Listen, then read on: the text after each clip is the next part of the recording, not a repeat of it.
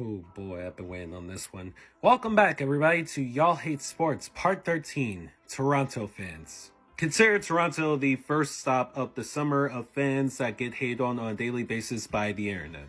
I will start by saying this. Not every person in the fan bases that we'll be covering are bad people. There are some that are actually great people, celebrities that are great people, but an overwhelming majority that just make this fan base insufferable to watch succeed.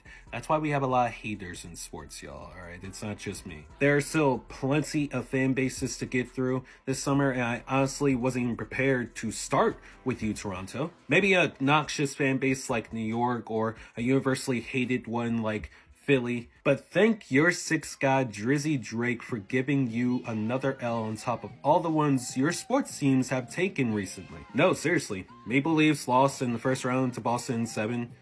Again, Dante Porter got a lifetime ban for betting on already ass team. Alex Manoah is washed and fat and the team is mediocre, and there's no other team in Toronto that is moving the needle for people to feel excited about the future going forward. But enough about the actual teams. What makes you fans so insufferable? Outside of a 2019 Kawhi run, Toronto hasn't seen much success from any major North American sports team in years. Do you realize what that does to a city? Very quickly can go from one of the more respected fan bases to one of the more intoxicating. Frustrations build up, delusions take over, and heroes quickly evolve into villains. Now, the whole idea of Canadians being oh so nice couldn't be further from the truth, especially in sports. Like all sports fans, everyone can get toxic. It's not a matter of if, no, it's a matter of when. This stigma has made Toronto get away with a lot of weird shit that they've done in the past. And notice how I say Toronto too, the center of all major sports teams in Canada, because Calgary doesn't have an NBA team. Winnipeg doesn't have an MLB team. Cheering for KD after he tore his Achilles in the one championship you've seen over the last 30 years. That was pretty childish. Sending death threats to one of the most recognizable and respected referees in all the NHL.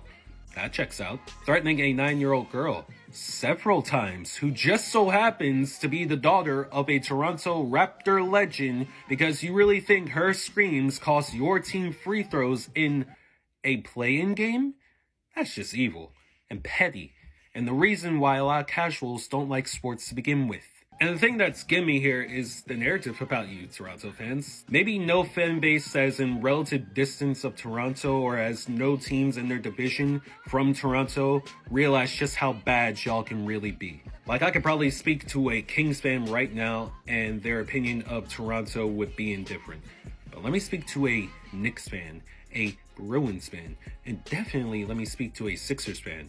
And all fans of teams hated worldwide, and they will tell you just how toxic and annoying Toronto fans can be. I know what to expect from a New York fan. But if you think you're getting all sunshine and rainbows from a Blue Jays fan after their team just lost to the Yankees, or a Maple Leafs fan when Austin Matthews doesn't score a point in a playoff game again, or maybe a Raptors fan who just wanted to believe, even if it was for a split second, that RJ Barrett and Emmanuel Quickley would lead their team to a playoff position, you have another thing coming.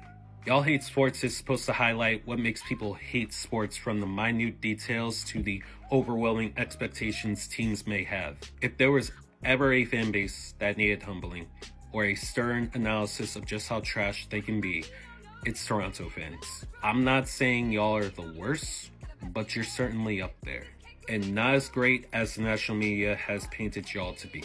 With that being said, if you know that you are a good person that doesn't need to send death threats to strangers every time your favorite Toronto team loses, then this video doesn't apply to you. There are a lot of well-respected players that have played for Toronto teams, and I'm sure they all have their opinions about y'all, but from a personal standpoint and experience and what I've seen in my lifetime, this fan base has a deep-rooted hate and envy for their peers, man. And it rears its ugly head almost every postseason now. It's sad. But overall, what are your thoughts on Toronto fans? Which fan base should I tackle next? I already got a few in mind that I already have cooking up in my notebook or in my notes app. Look on the bright side.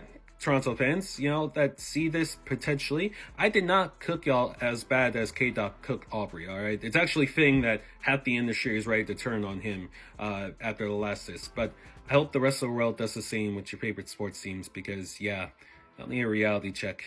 My name is Billy Cameron, and I'll see y'all in the next part of Y'all Hate Sports.